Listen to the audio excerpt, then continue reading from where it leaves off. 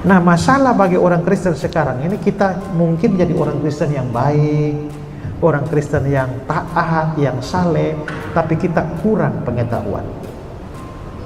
Sehingga dengan mudah diombang-ambingkan oleh berbagai macam angin pengajaran. Bisa sudah tua di gereja 100 tahun, tapi dia tidak mengerti apa-apa. Lu percaya Yesus Tuhan? Percaya. Mengapa Yesus Tuhan? Pokoknya Tuhan. Alasannya apa? Ini tuh tidak tahu. Pokoknya itu kan sudah repot tuh kan. Saya tadi dibacakan, saya S1 dari Sekolah Tinggi Alkitab Nusantara Malang. Dan rupanya dalam sejarah sekolah ini juga beberapa orang jadi mualaf. Ya. Saya pernah debat dengan Islam di Surabaya. Pas acara break mau makan siang, tiba-tiba dari panitia mengumumkan, saudara-saudara, diinformasikan bahwa ada seorang rekan misionaris, rekan satu sekolah dari pendeta Isra Soro yang sudah jadi mualaf sekarang hadir di sini. Nah, saya tidak tahu siapa ya. Terus makan siang datanglah satu mbak-mbak pakai jilbab, dia bilang, "Halo Kak Isra." Saya lihat, saya nggak kenal ya. Kamu siapa?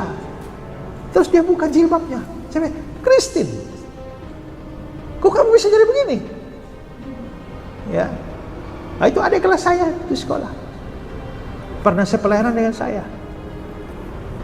Ada satu lagi di sekolah kami yang bahkan dia jadi dosen S2. Tiba-tiba jadi mualaf. Itu sekolah loh. Apalagi yang nggak sekolah ini. Makanya kemarin dalam wisuda sekolah kami di Kupang, saya doa untuk para calon wisudawan ya. Saya berdoa panjang untuk mereka, salah satu Tuhan tandai mereka satu persatu, jangan ada di antara mereka jadi mualaf. Pelayan mereka, tolong Tuhan berikanlah mereka kesetiaan, supaya mereka setia sampai akhir. Hamba berdoa untuk sekian orang yang ada di depan, jangan ada yang mundur dari pelayanan. Jangan ada yang lari dari panggilan. Jangan ada yang kecewa dan putus asa. Jangan ada yang murtad. Jangan ada yang jadi mualaf.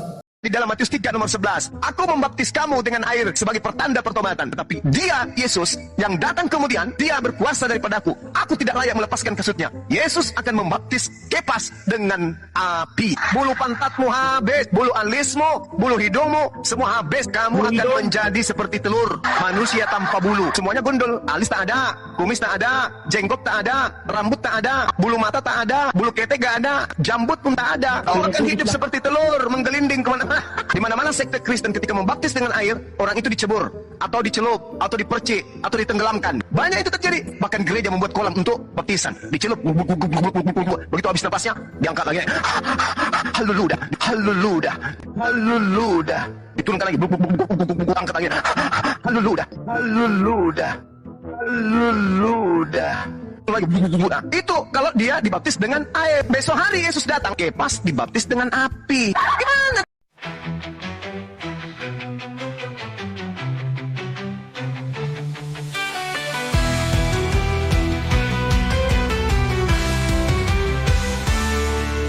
Andre tung-tung penuh amarah, lihat jemaatnya tinggalkan gereja. Mereka pergi menjadi mualaf, perpuluhan pun kini jadi lenyap. Hurgoni di sana bawa kebenaran, Andre tak terima, hatinya penuh dendam. Setiap hari ia buat konten baru, monolog fitnah yang hanya untuk menjatuhkannya. Tak berani diajak debat, hanya monolog yang terus diangkat. Fitnah dan dusta jadi senjatanya, Andre tak berani hadapi fakta. Dendam tanpa arti, benci yang memuncak. Jemaat pergi bukan salah orang lain, Kodondi hanya bicara kebenaran nyata. Tapi Andre tak mau buka mata dan telinga.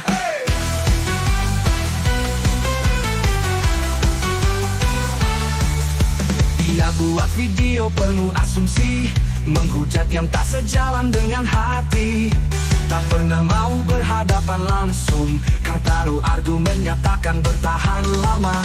Setiap fitnah jadi jalan melampiaskan, tapi nyatanya tak bisa mengembalikan jemaat yang dulu pergi dengan tenang, karena menemukan cahaya dalam Islam. Tak berani diajak debat, hanya monolog yang terus diangkat. Fitnah dan dusta jadi senjatanya. Andre tak berani hadapi fakta. Dendam tanpa arti, benci yang memuncak. Jemaat pergi bukan salah orang lain. Godondi hanya bicara kebenaran nyata, tapi Andre tak mau buka mata dan telinga.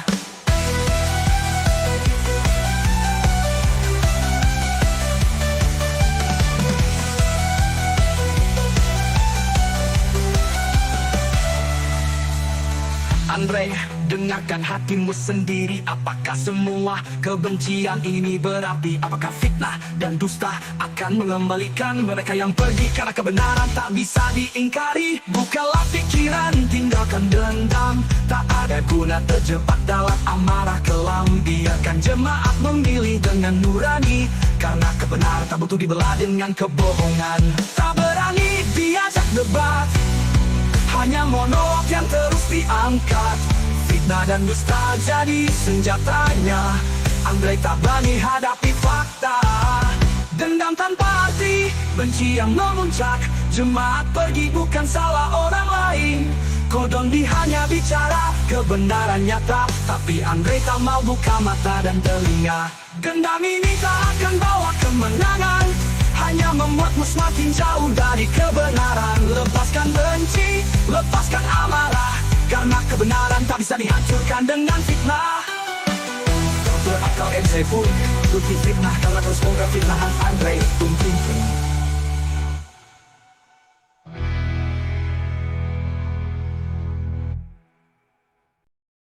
Ya, beberapa teman-teman kemudian mengatakan ya, ini penatua mana atau penatua masa iya? Sejauh informasi yang saya sudah cari, benar mereka adalah penatua. Ya, jadi mereka berdua ini, kedua saudara kita ini adalah penatua dari salah satu gereja yang sebenarnya kalau Anda simak tadi sudah disebutkan namanya. Dan ya kalau Anda mau ini Anda bisa ulang ya. Dan saya sudah cari informasi dan saya sudah berbicara dengan jemaat dari gereja tersebut. Dan jemaat dari gereja tersebut mengkonfirmasi bahwa kedua Bapak Heri dan Ibu Yuyu ini memang adalah jemaat dan memang penatua di gereja tersebut. Assalamualaikum warahmatullahi wabarakatuh. Berjumpa lagi dengan Jadi HMC ya, channel yang mengedukasi dan menghibur. Para Polikardus semakin hari semakin stres teman-teman. Semakin bingung karena makin banyak orang-orang yang mendapatkan hidayah. Makin jauhlah target mereka untuk menjadikan Islam sebagai agama minoritas. Makin jauhlah target mereka untuk membuat kegaduhan, untuk membuat polemik di negara ini. Kita lihat sekarang teman-teman, satu persatu saudara-saudara Kristen kita mulai sadar bahwa kita hanya diadu domba. Kita sedang coba untuk dihancurkan oleh para Polikardus. Dengan konten-konten yang kita hadirkan setiap hari, makin banyak teman-teman kita Katolik yang sadar. Makin banyak teman-teman Protestan yang sadar bahwa kita sedang diadu domba. Bahkan Katolik, ya Katolik teman-teman, ini mulai melihat bahwa memang Polikardus ini sedang menyusup untuk menghancurkan kita. Mulai tuh, banyak sekali tanggapan-tanggapan positif dari teman-teman Katolik yang setuju dengan konten-konten yang saya buat. Mereka bilang, ya kita akan bergandengan tangan untuk melawan Polikardus ini. Mereka terus menyuarakan bahwa yang membuat masalah, membuat gaduh ini Polikardus yang menumpang agama Protestan. Jadi mulai banyak nih teman-teman Katolik yang tersadarkan bagaimana jahatnya Polikardus. Apalagi setelah mereka melihat bagaimana Polikardus ini begitu masif menghina Bunda Maria, menghina Katolik. Makin mereka lihat bahwa memang Polikardus itu tidak pernah peduli dengan agama, yang mereka tahu hanyalah bagaimana mencari uang dengan mengadu domba umat beragama yang ada di Indonesia. Jadi kita bersyukur ya, konten-konten kita berhasil menyadarkan banyak orang.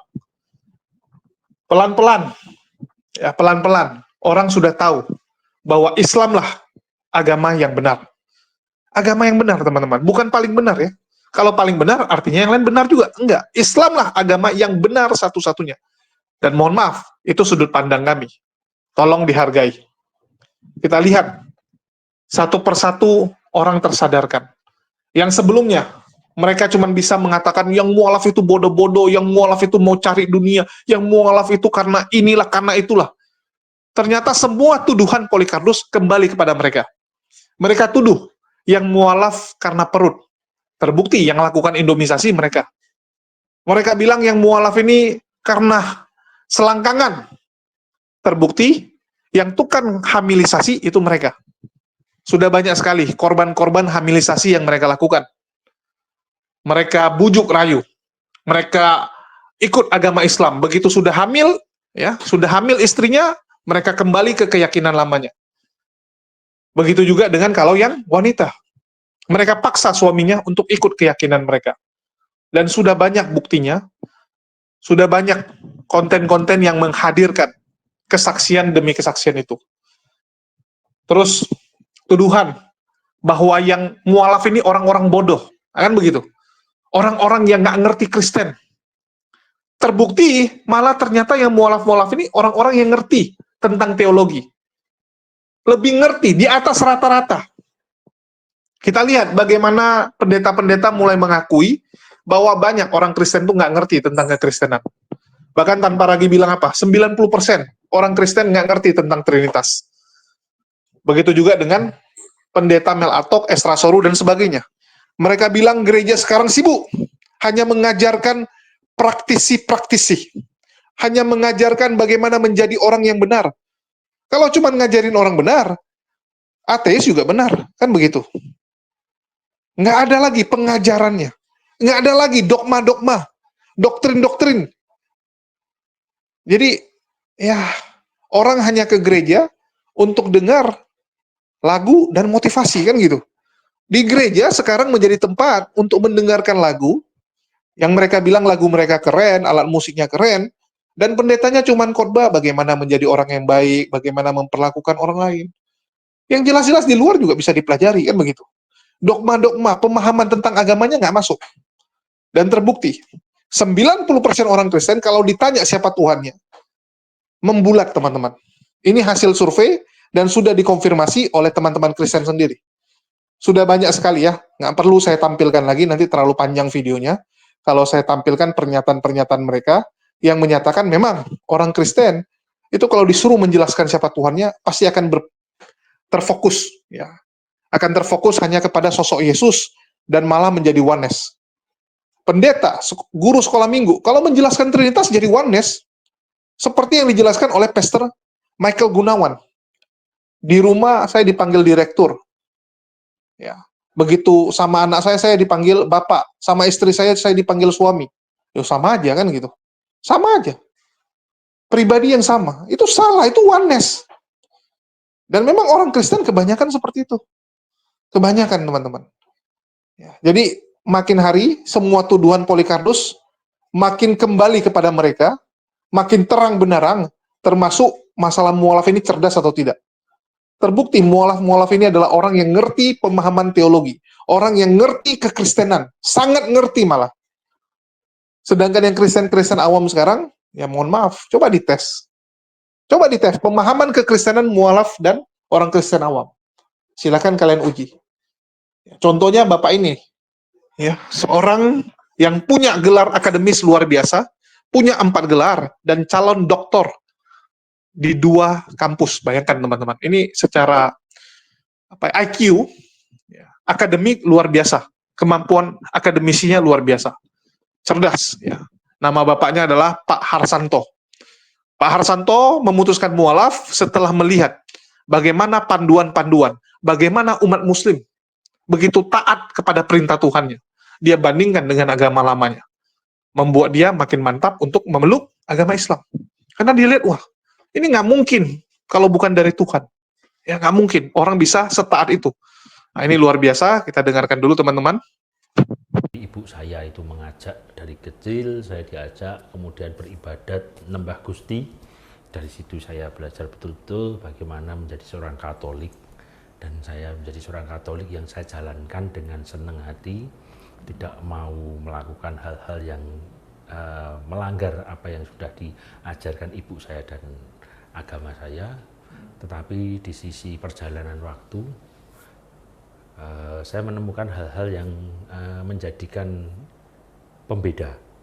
Dan saya melihatnya orang Islam itu dulu banyak hal yang saya lihat ada kekurangan. Bahasa saya tidak mengatakan salah atau apa, enggak, kekurangan. Dan kekurangan itu menjadikan saya tertarik sebenarnya. Kenapa kok bisa seperti itu ya? Tertarik gitu ya? Tertariknya kenapa? Jadi saya dari kecil memang dekat sama orang Islam. Karena lingkungannya Di lingkungan saya, teman main saya semua orang Islam, dan saya dolannya itu ke masjid. Jadi kalau dulu zaman waktu kecil saya, kalau maghrib itu entah itu Katolik, Kristen, enggak punya agama, kejawen itu semua langsung tutup. Ya? Maghrib itu langsung tutup masuk. Tidak ada yang berani bermain di jalan. Nah, yang muslim mesti lari ke masjid. Nah, pas setiap waktu puasa itu saya sering sekali. Saya masuk tapi lewat pintu kecil saya mesti melari ke Masjid Asy'ari. Di mana itu? Masjid Asy'ari itu di Jajar. Jajar itu Solo kota, jadi Jajar. Nah, sekarang masih ada di situ Masjid Asy'ari. Di situ saya selalu ikut jaburan. Kalau orang dulu bilang jaburan itu kalau buka puasa bagi makanan. Nanti sholat bareng. Nah, saya itu mesti ikut ke situ dan tidak pernah saya itu dianggap mengganggu atau orang-orang tidak nyaman dengan keberadaan saya. Dan saya sangat nyaman. Dan saya sangat nyaman. Tetapi saya melihat ada sesuatu yang berbeda dan merasa ini kok seperti ini ya. Kenapa orang Islam itu naik puasa? Itu kok mayoritas hampir semuanya itu di kampung tuh kabeh poso. Tapi kalau di Katolik sebelum puasa itu kan ada yang namanya Rabu Abu, Kamis Putih, Jumat Agung, kemudian aksi Prapaskah, kemudian di situ Paskah. Itu sebelumnya itu kan suruh puasa. Tapi dari situ itu puasanya itu orang itu dari paroki wilayah gitu, itu 100 orang sen puasa itu bisa dihitung dengan jari. Dan bukan merasa kayak ini tuh kewajiban saya. Dan ini menjadi bagian dari peribadatan saya. Nah, itu menjadi pertanyaan-pertanyaan muncul.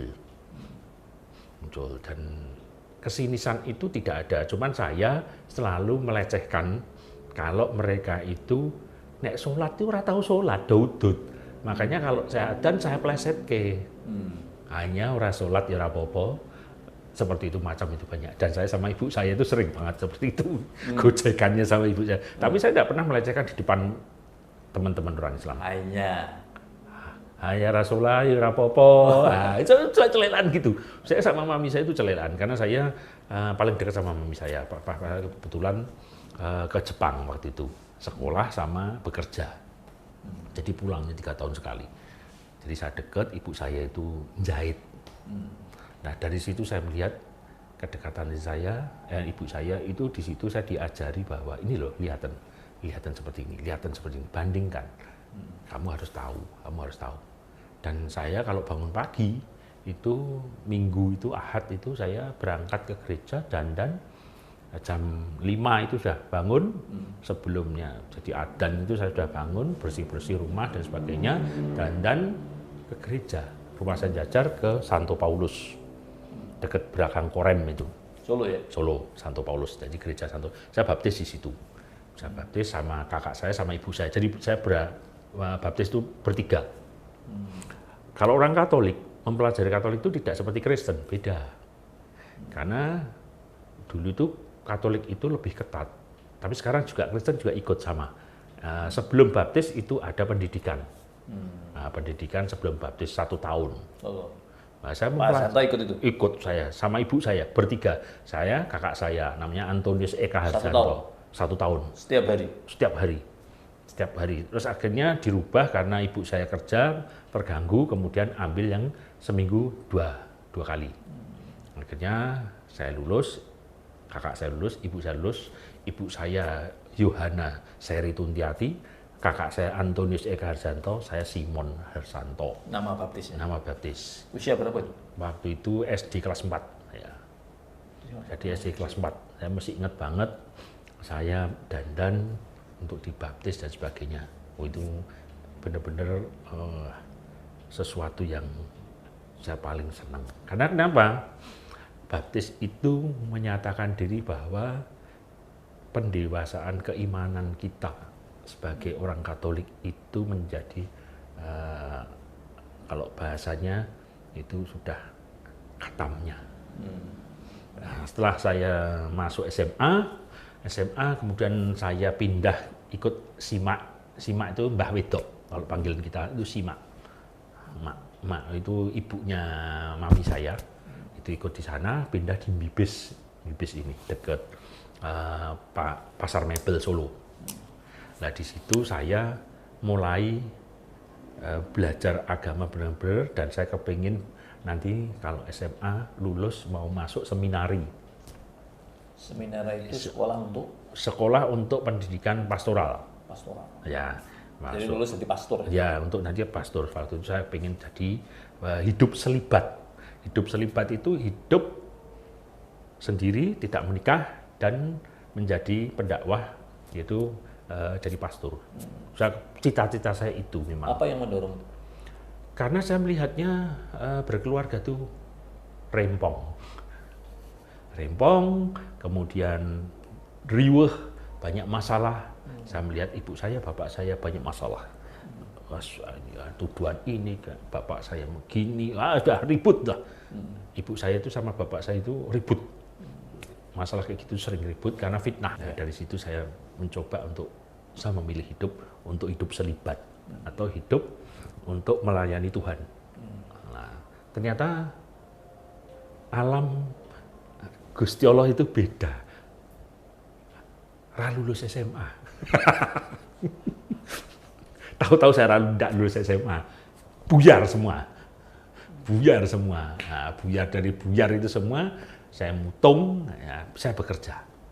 Kenapa saya kok melihat Islam itu beda, dan saya melihatnya humannya itu kok macamnya seperti ini apa? Ya, banyak ketertarikan saya itu untuk membuktikan diri sebenarnya saya itu.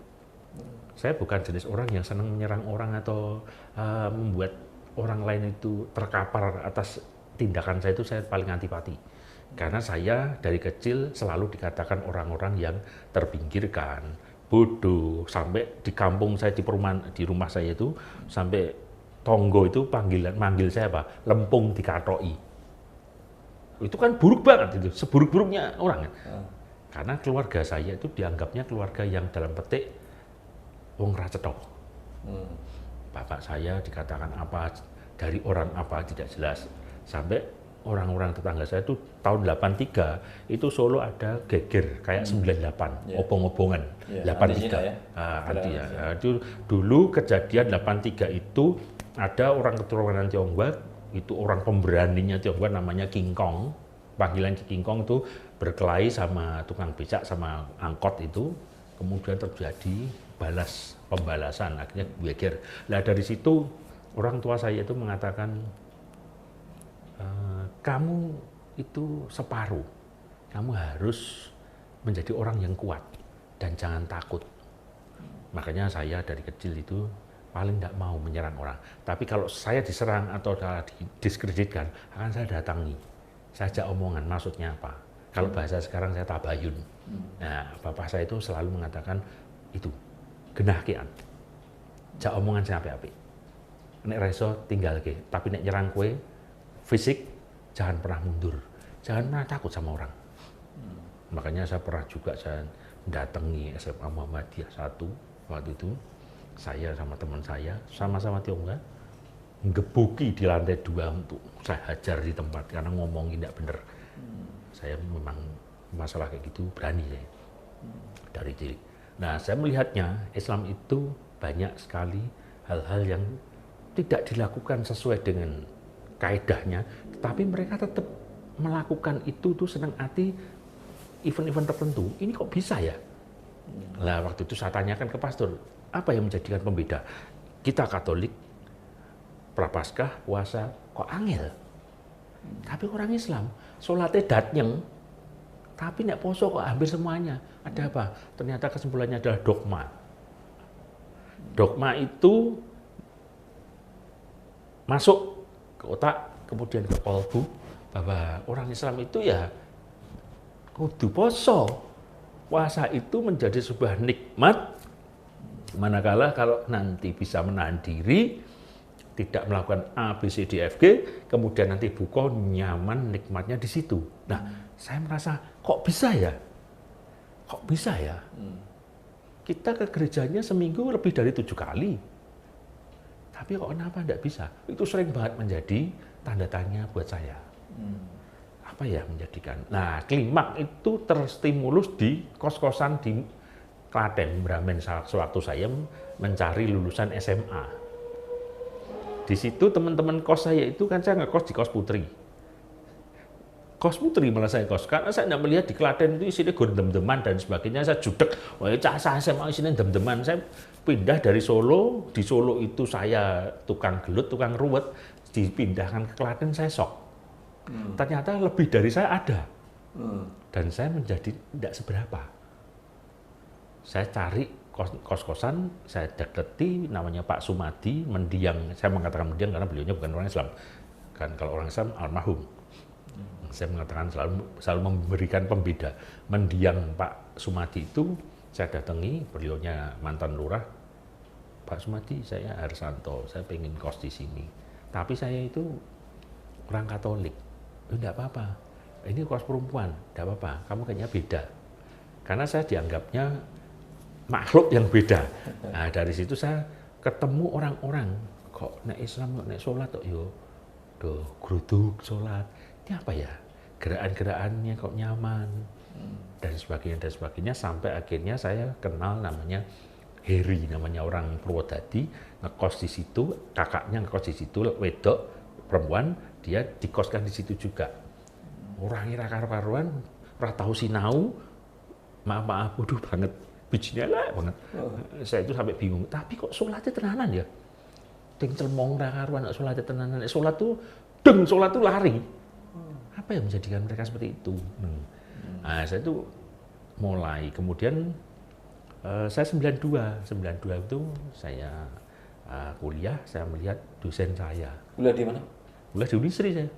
Sambil kerja saya mulai belajar, lihat, loh, orang Islam ini maghrib kuliah, mesti metu. Ditinggal lagi. Apa tuh ini? Apa yang dia cari itu? Akhirnya saya penasaran, ikut keluar. Keluar ke masjid. Saya lihat. Tapi saya tidak sholat. Saya masih ke gereja kok, saya masih aktif. Saya sudah ikut sakramen penguatan, namanya sakramen Krisma. Jadi orang baptis itu nanti ada sakramen penguatan. Setelah dewasa itu? Nah, setelah dewasa itu namanya sakramen Krisma. Wah, sakramen penguatan saya ikut. Ngapa saya kok ikut? Waktu itu saya, ayo sisan, teman-teman saya gitu. Terutama yang bakul bandeng itu namanya Hartoyo itu. Ayo sisan. Aku tak sholat lho, kira gelem gojekan gitu. Tapi saya belum berpikir, ya apa? Tapi saya berpikirnya, kenapa ya? Kok bisa? Terus 1 tahun berikutnya saya kenal namanya Pak Hadi Swastoyo yang Islamkan saya itu. Dulu Satpam BTN, sekarang jadi manajer kepala. Itu beliaunya itu yang menjadikan saya berani menyatakan diri masuk Islam. Dan saya tidak mau ngomong ke siapa-siapa, aku pengen Islam Mas Pak Hadi. Yusuf yang aku yo. Adus keramas, engkau sahadat di depan istri saya, depan saudara saya. Nah, yang Islamkan saya itu namanya Hadi Swastoyo. Pak Hadi Swastoyo itu karyawan BTN, sekarang di BTN Syariah. Mungkin sekarang sudah pensiun beliaunya. Itu teman kuliah saya. Beliaunya Sapam dulunya. Sekarang jadi kepala dan manajer dia. Dan dilalahnya saya juga lulus jadi dosen, ya juga masuk bank. Jadi dari teman itu, dari situ. Nah, dari situ saya mulai diislamkan. Waktu diislamkan itu saya ada shock. Pak Hadi Swastoyo itu apa? Saya baca syahadat itu sampai 5 atau 6 kali tidak bisa, kacau. Tidak bisa, bukan kacau lagi, tidak bisa. Kacau banget. Teng belekutuk lah orang kalau kita bilang. Tapi waktu diajari Al-Fatihah, saya bisa. 2 kali bisa. Itu saya belum tahu. Kenapa? Loh kok iso har? Al-Fatihah kok iso mudeng, iso nyaut bareng. Kan padahal lebih panjang. Kan lebih panjang banget kan. Tapi kenapa? Ternyata setelah saya gali, saya SD kelas 4 sampai kelas 6 itu, kelas 5, 6 itu, sebelum SMP, saya dijajar itu setiap kali maghrib, kalau tidak puasa, itu saya mesti nongkrong di sebelah rumah, itu orang jualan orang jualan es dong-dong, ada datang jualan di situ makan. Anak-anaknya itu suruh ngaji Al-Fatihah. Saya jajan di situ. Saya kan tidak maghriban. Saya jajan di situ makan. Saya sudah punya uang sendiri waktu itu, jajan sama kakak saya. Saya itu terdengar, bukan mendengarkan, kedengaran kalau bahasanya. Tapi ternyata betul apa yang dikatakan hadis atau ulama mengatakan, jangan kamu dengarkan hal-hal yang buruk, nanti akan membawa kolbu sama otakmu. Ternyata saya waktu kecil itu selalu kedengaran Al-Fatihah. Ternyata pas waktu 92 saya masuk Islam, bisa. Itu berarti terekam. Jadi otak itu memang kayak buku ditulis. Ya. Nah, Sementara syahadat nggak pernah dengar. Oh, tidak pernah saya. Saya malah gojekan. Saya itu kalau syahadat, apalagi adan, saya mesti tak gojekan. Saya bismillah aja tak nggo celelekan kok. Bis-bisan, kol-kolan, becak-becakan. Itu nanti saya ngomongnya seperti itu. Saya selalu melecehkan, tapi saya tidak melecehkan di luar. Jadi saya kalau ada acara TV RI itu bismillah gitu, saya mesti tak pleset ke bis-bisan, kol-kolan, becak-becakan, sama ngekek-ngekek gitu sama kakak saya. Lah kok dilala saya tertarik. Ya itulah namanya gedeng nyanding itu kalau bahasa Jawanya itu. Tapi jangan dikira loh, kalau orang pindah agama itu segampang membalik tangan. Bukan karena lingkungan. Kalau saya lingkungan tidak ada masalah, tidak ada masalah. Tapi ujiannya. Sebelum ke ujian tadi, ibu gimana?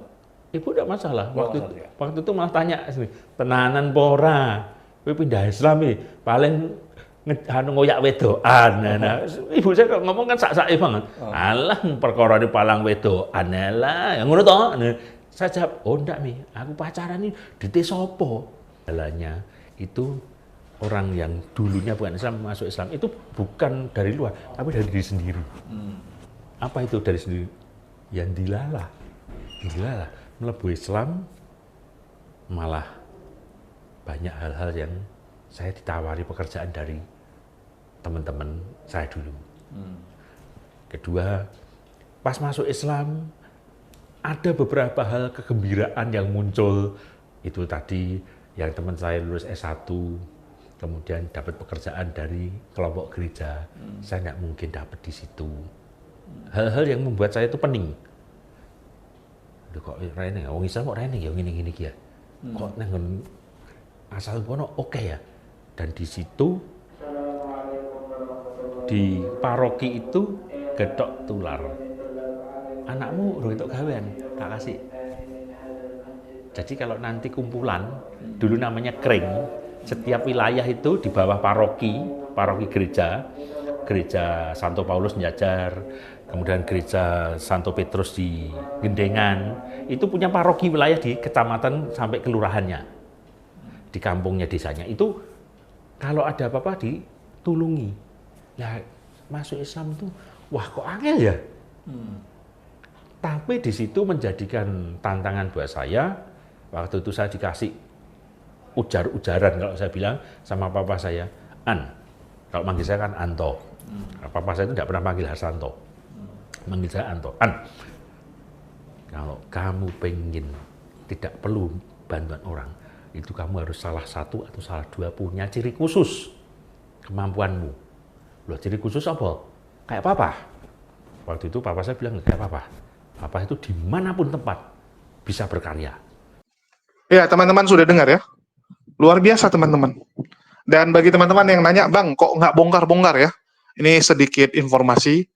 Bagi teman-teman, Bang, kok nggak bongkar si Gilbert Geren dan sebagainya? Kok nggak bongkar lagi tuh Jonathan Purnomo dan sebagainya? Ya, saya mau sampaikan sedikit teman-teman ya. Saya beberapa hari yang lalu dihubungi oleh ya orang dalam kita lah. Ordal ya, orang dalam yang menginformasikan bahwa saya sedang jadi target dari para Polikardus, yang memang mereka sedang mencari cara, ya, mencari cara supaya saya dipanggil lagi di Polda, ya, supaya saya benar-benar bisa dilenyapkan, ya, bisa dikandangkan gitu. Jadi dibilang ya kontennya mungkin agak soft dulu lah, ya, jangan terlalu frontal, jangan terlalu membongkar mereka karena nanti sakit hati. Kalau sakit hati biasanya mereka akan kucurkan dana tuh nggak tanggung-tanggung, kan gitu. Orang yang sakit hati udah nggak peduli masalah biaya, rumah pun dia jual, yang penting orang yang dia benci mampus, kan gitu. Kalau orang udah sakit hati seperti itu, udah dendam. Untuk itu kita agak calling down dulu ya, karena beberapa bulan yang lalu kita dapat serangan begitu masif, dan kalian tahulah, mampus juga kita hadapi sendirian. Alhamdulillah saya punya penonton yang luar biasa, yang support, yang terus mendoakan saya ya. Doakan dan membantu meringankan sedikit, ya, meringankan sedikit beban perjuangan ini. Kalian luar biasa, dan ya, itulah kenapa kita agak soft dulu sementara. Ya, mohon maaf, apalagi mereka ini lagi begitu masif ya. Ustadz kayak nama lagi mau dilaporkan, semua orang mau dilaporkan mereka. Nah, mereka ini bani tukang lapor sebenarnya. Cuman gaya-gayaan aja gitu. Selama ini kan bilang, wah kami nggak tukang lapor, Tuhan kami nggak perlu dibela. Pret. Faktanya yang tukang lapor siapa sebenarnya? Silakan dicek bukti pelaporan paling banyak siapa. Oke, kita kembali. Jadi, kalian sudah lihat, mualaf-mualaf itu adalah orang yang benar-benar belajar tentang agama. Kita nggak akan mendapati orang yang mualaf itu, wah karena saya ketemu sosok goib. Ya mungkin ada yang spiritual, mungkin ada yang secara pengalaman-pengalaman yang ya seperti itu. Tapi jumlahnya kecil, teman-teman, sangat kecil. Kebanyakan mualaf itu adalah orang-orang yang mengkaji, orang-orang yang belajar, orang-orang yang memperbandingkan, melakukan perbandingan secara agamanya. Sedangkan, mohon maaf, murtadin, kalau kalian cek, kalian survei, kalian ambil samplingnya, 80% murtadin itu selalu kesaksian, ketemu sosok goib. Oh, saya sakit disembuhkan. Wah, saya mau kencing, nggak bisa jalan, tiba-tiba saya diangkat. Ya, saya dipopoh. Saya diangkat oleh Tuhan untuk kencing. Bayangin, Tuhannya membawa dia ke toilet. Luar biasa. 80% kesaksiannya seperti itu. Kalau kita dengar konten-konten yang menghadirkan murtadin-murtadin. Kenapa bisa seperti itu? Ya karena mereka percaya dengan yang begituan. Padahal udah jelas. Ya, udah jelas sekali. Iblis, setan bisa menyamar menjadi malaikat terang. Tapi entah kenapa mereka percaya bahwa itu Tuhannya. Luar biasa gitu. Padahal udah diingatkan sama pendeta Erastus, hati-hati sama jin. Ya, jin yang bernama Yesus. Hati-hati. Nah, ini kita lampirkan dulu nih, bahaya kalau enggak. Saya lampirkan dulu. Tuhan Yesus tinggalkan Allah Bapa. Ini pikiran banyak orang Kristen. Tuhan berkati kita, mencukupi kita, sukses, berhasil. Itu bukan Yesus itu. Yesus itu merenggut kita untuk keluar dari dunia. Tapi selama ini kan orang memuji-muji Yesus yang baik, bertata ada puji-pujian, nanti kita pulang tidak sama seperti datang, Tuhan beri jalan keluar, pertolongan. Itu jin yang namanya Yesus, bukan Yesus yang benar. Itu jin. Ya setiap ngomong harus lampirkan ini, kalau enggak nanti langsung tiba-tiba ada panggilan lagi ya. Panggilan lagi atas laporan baru lagi. Ya, karena mereka tukang lapor teman-teman. Jadi harus hati-hati kita. Capek hadapinya. Habis waktu, habis tenaga, habis biaya kan gitu. Jadi harap dimaklumi ya. Kenapa saya harus lampirkan kalau yang ini, karena penting. Jadi kembali, ya, mereka ini kan, ya nggak tahu ya, kenapa nggak pakai akalnya gitu. Kenapa nggak benar-benar baca ajarannya, baca pengajarannya, cari tahu. Kita bandingkan dengan Muslim. Aturannya begitu lengkap, luar biasa. Dan kembali saya bilang, apa yang kalian cari sebenarnya? Sembahlah kepada Tuhan yang benar, Tuhan yang memberikan panduan. Tuhan yang memastikan kemana kamu pergi nanti. Bukan cuman katanya-katanya, pokoknya, enggak. Tuhan yang memberikan kepastian, kemana kamu akan pergi. Umat Muslim jelas, tujuan kita adalah jannah. Ya, tujuan kita. Saya berkali-kali mengingatkan, hidup hanya sementara, teman-teman. Sebulan, setahun, 10 tahun, terlewati begitu saja. Terlewati begitu saja. Coba kalian pikir, bagi teman-teman yang sekarang umur 30 ke atas deh, kalian udah pakai setengah umur kalian. Apa yang sudah kalian lakukan? Dan saya berani jamin, kalian masih sangat ingat kejadian 20 tahun yang lalu. 20 tahun lalu kalian ngapain saja? Waktu kalian masih SD, apa yang kalian lakukan? Rasanya tuh baru. Dan sisa waktu kalian ya sama. Sisa waktu kalian adalah seperti kalian mengingat itu, ya ke depannya seperti itu. Jadi kalau kita nggak mengumpulkan amal ibadah sebanyak mungkin, gawat teman-teman. Gawat. Saya berkali-kali selalu mengatakan ingatlah tentang kematian. Ingatlah tentang kematian sehingga kita menjadi pribadi yang lebih baik. Sehingga kita takut untuk melakukan yang namanya dosa. Cara untuk mengingat, cara untuk membuat kita sadar, takut akan dosa, yaitu ingat kematian. Sebelum tidur, renungkan apa yang sudah kita lakukan hari ini. Bersyukur Allah masih memberikan kita kesempatan. Masih memberikan pintu ampun bagi kita untuk meminta, untuk bertobat. Pastikan kita menjadi pribadi yang lebih baik. Tetapi yang paling penting, harus ada dulu nih, ya, tiketnya gitu. Jadi nggak ada gunanya kan, kita berbuat baik banyak, membantu orang, ya, murah senyum dan sebagainya, tapi tiketnya kita nggak pegang. Ya, ibaratnya lu masukin semua ke berangkas, tapi kuncinya lu nggak pegang. Kuncinya apa? La ilaha illallah. Wa asyhadu anna Muhammad Rasulullah. Itu paling penting. Jadi bagi teman-teman yang masih di luar Islam, yang kalian baik, ingat, hanya di Islam kalian dijamin. Perbuatan baik kalian punya nilainya. Jangan sampai jadi orang merugi. Karena saya dengar di luar sana ada agama seperti itu. Perbuatannya ya mau baik, ya, mau suka membantu orang itu nggak ada nilainya. Mereka bilang nggak ada nilainya berbuat baik. Tapi buat jahat, sedikit saja berdosa. Buat jahat sedikit berdosa. Luar biasa. Ada juga yang mengajarkan, ya, walaupun kita berbuat jahat, tapi karena kita sudah ditentukan masuk surga, tetap masuk surga. Adolf Hitler membunuh banyak orang. Kalau sudah ditetapkan masuk surga, ya dia masuk surga. Karena dia apa? Ya, dia menyembah kepada yang itu, gitu kan? Dijamin, wah sudah ditebus. Karena dosa Adolf Hitler sudah ditebus. Dosa para pembunuh sudah ditebus. Seberapa bejat kamu, yang penting sudah ditebus. Ini kan kacau. Islam ya tidak memberikan janji kampanye, tidak menjanjikan surga yang gampang. Enggak. Surga yang benar bukan surga yang gampang. Mohon maaf kalau ada yang bilang, wah saya murtad karena di Islam ya, surganya masih insya Allah, surganya masih perlu perjuangan, sedangkan saya tidak sanggup. Mana mungkin saya sanggup berbuat baik, mana mungkin saya sanggup perbuatan baik saya lebih banyak daripada perbuatan buruk saya. Itu lu. Saya kalau ada murtadin bilang kan, ya, mereka kesaksian, bagaimana mungkin ya perbuatan baik saya bisa lebih banyak daripada perbuatan jahat saya. Loh kok nggak mungkin? Itu kamu gedebrul. Itu kamu geblek. Sudah banyak contoh-contoh orang yang hidupnya baik. Kita lihat. Ya, bagaimana Henok, Elia, saking luar biasa, saking baiknya. Auto langsung teman-teman. Elia, Henok, auto surga. Artinya apa? Nggak perlu ada orang yang ditumbalkan demi dia supaya masuk surga. Bisa kok berbuat baik lebih banyak. Kenapa? Di pikiran kalian nggak bisa. Oh nggak mungkin saya bisa berbuat baik. Artinya memang otak kamu tuh pingin buat jahat, kamu pingin maksiat, kamu pingin hidup nggak benar, baru kamu punya pikiran gitu. Kalau pikiran kita positif, kita yakin ya, walaupun kita mungkin ada melakukan kesalahan, baik sengaja maupun tidak, nanti kita minta ampun sama Allah waktu sholat. Allah yang jagain kita, supaya kita jangan berbuat salah.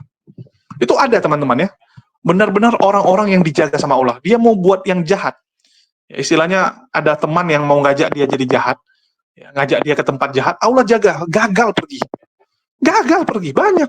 Itulah minta ampun, minta perlindungan sama Allah. Sehingga saat kita ya mau terjebak kepada kondisi membuat kita berbuat dosa, itu Allah nggak biarkan itu terjadi, diluputkan. Ya diluputkan dengan Allah jaga. Banyak yang seperti itu case-case teman-teman. Itulah saya bilang minta ampun. Minta ampun. Banyak tuh ada yang pasangan ya, cowok cewek tiba-tiba di dalam kondisi cuman berdua, tiba-tiba Allah hadirkan orang ketiga, keempat, kelima gitu kan, supaya mereka jangan berbuat aneh-aneh. Itu Allah yang jagain kok, supaya jangan berbuat dosa. Banyak yang gituan. Jadi kalau yang bilang, wah saya murtad gara-gara di sebelah pasti masuk surga, ya kalau di Islam masih insya Allah yang pasti masuk neraka. Lu, kami kan neraka liatin lu. Ya. Umat muslim melewati, mendatangi neraka untuk melihat kalian, Polikardus ini, supaya tahu, inilah kenikmatan kita. Kan begitu. Saat kita menang, kan kita lihat tuh semua. Itu kebanggaan, teman-teman. Pride-nya. Biar kalian Polikardus tahu, kalau kalian sudah salah. Kalau kalian Polikardus, waktu udah dimasukkan ke neraka, nggak tahu surga, ya nggak tahu para pemenang, ya kalian akan berpikir, ya wes lah, kan gitu. Disitulah perdebatan yang kita lakukan selama ini akhirnya ada hasil. Kan begitu. Kalau kayak contoh nih, Polikardus masuk neraka, kita masuk surga. Udah. Kan kayak gitu apa sih gitu? Selesai gitu aja? Enggak. Nanti perdebatan kita selama ini nih, konten-konten yang kita hadirkan selama ini akan dibuktikan. Dengan saat kita melihat kalian masuk neraka nih, Polikardus masuk neraka. Dan di situ Polikardus akan minta ampun. Ya. Wak Donat, Pak Bom, Sofiatul, itu akan minta ampun. Aduh, saya salah, ampuni saya, tolong doakan saya, tolong minta kepada Allah supaya saya bisa dipindahkan. Kan gitu. Ya. Sofiatul akan minta sama Unirifa, tolong ya mintakan kepada Allah supaya saya bisa dipindahkan, supaya saya jangan masuk neraka ini. Itu kenikmatan tertinggi. Karena kita lihat kan, bagaimana jahatnya Polikardus. Mereka pikir mereka bisa terluput di dunia. Sofiatul pikir, wah saya di dunia aman-aman kok, nggak bisa diapa-apain. Dia lupa, hukuman itu nanti di akhirat, bukan di dunia. Karena hakim yang adil, itu nanti. Ya, hakim yang adil, itu nanti, bukan sekarang. Di dunia ini oke lah. Ya, dengan segala tipu daya kalian bisa diluputkan. Dengan segala kekuasaan uang yang kalian miliki, ya kalian pikir kalian bisa selamat. Tapi nanti nggak bisa kalian kabur. Ya. Polikardus ini nggak akan bisa kabur. Oke, mungkin itu aja yang bisa saya sampaikan.